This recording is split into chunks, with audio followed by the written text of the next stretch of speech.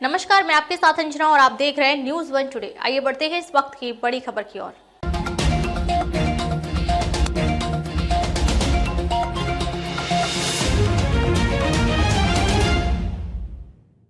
महाराष्ट्र की सभी 288 सीटों पर मतदान आज। झारखंड में भी आखिरी चरण की वोटिंग, दांव पर कई क्षेत्रों का चुनावी भविष्य। महाराष्ट्र के 288 सदस्यीय विधानसभा के लिए बुधवार यानी आज मतदान होगा। इस चुनाव में जहां सत्तारूढ़ महायुति गठबंधन सत्ता बरकरार रखने की कोशिश कर रही है, वहीं विपक्षी गठबंधन महाविकास अघाड़ी यानी एमवीए को सत्ता में शानदार वापसी की उम्मीद है। महाराष्ट्र विधानसभा की सभी 288 सीट पर मतदान सुबह 7 बजे शुरू होगा और शाम 6 बजे समाप्त होगा। मतों की गिनती 23 नवंबर को होगी। चुनाव प्रचार के दौरान प्रधानमंत्री नरेंद्र मोदी, केंद्रीय गृह मंत्री अमित शाह, कांग्रेस नेता एवं लोकसभा में नेता प्रतिपक्ष राहुल गांधी, प्रियंका गांधी वाड्रा और कई केंद्रीय मंत्रियों जैसे प्रमुख नेताओं ने अपने अपने उम्मीदवारों के लिए राज्य में प्रचार किया। खूब गूंजे बटेंगे तो कटेंगे और एक है तो सेफ है के नारे। सत्तारूढ़ महायुति गठबंधन में भारतीय जनता पार्टी के अलावा मुख्यमंत्री एकनाथ शिंदे की नीत शिवसेना और उप मुख्यमंत्री अजित पवार नीत राष्ट्रवादी कांग्रेस पार्टी घटक है। गठबंधन को महिलाओं के लिए शुरू की गई माझी लाड़की बहन जैसी अपनी लोकप्रिय योजनाओं की बदौलत सत्ता में बने रहने की उम्मीद है।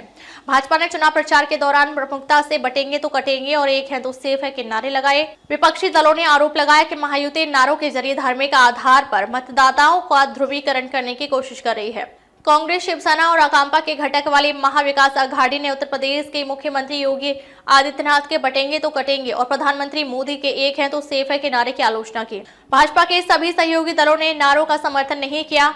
अजित पवार ने खुद को इनसे अलग कर लिया। उप मुख्यमंत्री देवेंद्र फडणवीस ने नारों का मतलब स्पष्ट करने का प्रयास किया, जिससे सत्तारूढ़ गठबंधन में भ्रम की स्थिति पैदा हो गई। एमवीए गठबंधन ने जाति आधारित गणना, सामाजिक न्याय और संविधान की रक्षा जैसे मुद्दों पर ध्यान केंद्रित करके सत्तारूढ़ गठबंधन के प्रचार का मुकाबला किया। विपक्ष का लक्ष्य उन मतदाताओं से अपील करना था जो सरकार द्वारा उपेक्षित महसूस करते थे। मतदान से पहले भाजपा ने सोमवार को एक नया विज्ञापन अभियान शुरू किया। इसमें विपक्षी एमवीए पर हमला किया गया और मतदाताओं से कांग्रेस को ना कहने को आग्रह किया गया है। विज्ञापन अभियान में अतीत की विभिन्न घटनाओं का उल्लेख किया गया है, जिनमें 26/11, मुंबई आतंकवादी हमला और पालघर में साधुओं की हत्या जैसी घटनाएं शामिल हैं। सत्तारूढ़ एमवीए में शामिल भाजपा 20 नवंबर को होने वाले चुनाव में 149 सीट पर चुनाव लड़ रही है, जबकि एकनाथ शिंदे नीत शिवसेना में 81 सीट पर अपने उम्मीदवार उतारे हैं। अजित पवार के नेतृत्व वाली राकांपा 59 सीट पर चुनाव लड़ रही है। एमवीए में शामिल कांग्रेस 101 सीट पर, शिवसेना यानी यूबीटी 95 पर और आकांपा शरद चंद्र पवार 86 सीट पर चुनाव लड़ रही है। बहुजन समाज पार्टी और ऑल इंडिया मजलिस इत्तेहादुल उल मुस्लिमीन यानी एआईएमआईएम सहित छोटी पार्टियां भी चुनाव लड़ रही हैं। बसपा ने 237 और एआईएमआईएम ने 17 उम्मीदवार मैदान में उतारे हैं। पिछले विधानसभा चुनाव यानी 2019 की तुलना में इस बार उम्मीदवारों की संख्या में 28% की वृद्धि हुई है।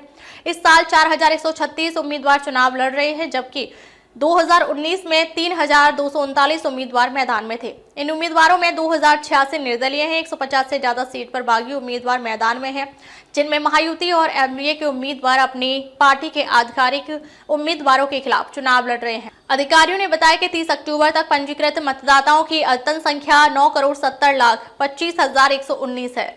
इनमें 5,02,02,739 पुरुष मतदाता, 4,69,96,279 महिला मतदाता और 6,101 ट्रांसजेंडर मतदाता हैं। इसके अलावा दिव्यांग मतदाताओं की कुल संख्या 6,41,425 है, जबकि सशस्त्र बलों के सेवा मतदाताओं की संख्या 1,16,170 है। महाराष्ट्र में इस बार 1,186 मतदान केंद्र होंगे, जबकि 2019 के विधानसभा चुनाव में इनकी संख्या 96,654 थी। मतदाताओं की संख्या में वृद्धि के कारण यह वृद्धि की गई है। राज्य सरकार की लगभग 6 लाख कर्मचारी चुनाव ड्यूटी के लिए तैनात किए जाएंगे। राज्य में 15 अक्टूबर को आचार संहिता लागू होने के बाद से विभिन्न प्रवर्तन एजेंसियों द्वारा की गई कार्रवाई में 252.42 करोड़ रुपए की नकदी और वस्तुएं जब्त की गई।